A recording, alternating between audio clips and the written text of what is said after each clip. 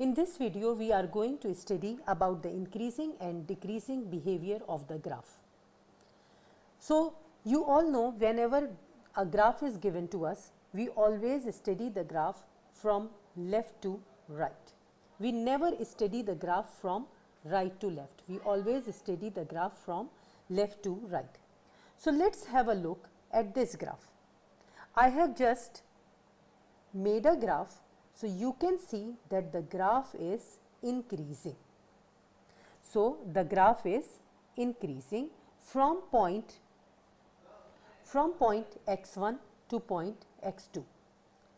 Let us name the y values. At x1, the name of the y value is f of x1, whereas at x2, the name of the y value is f of x2.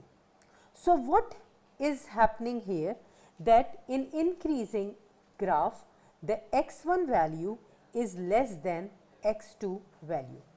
Now, you can see, for example, if this is 1 and this is 2, so you can say that the 1 is less than 2.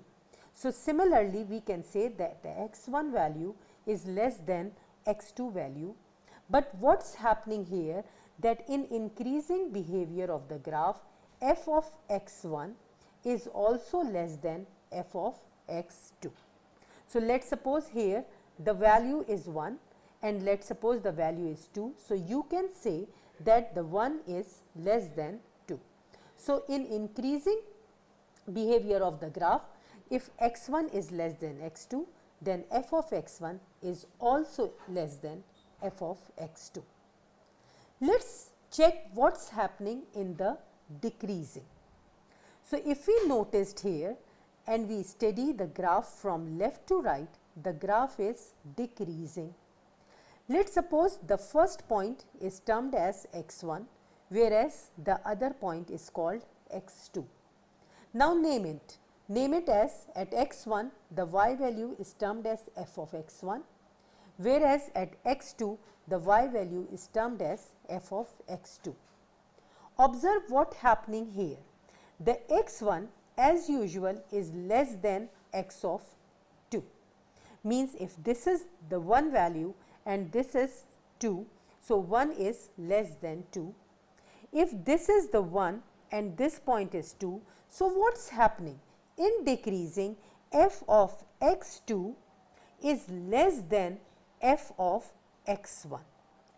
So, you can check the difference between increasing and decreasing graph, that in increasing x1 is less than x2, in decreasing x1 is less than x2.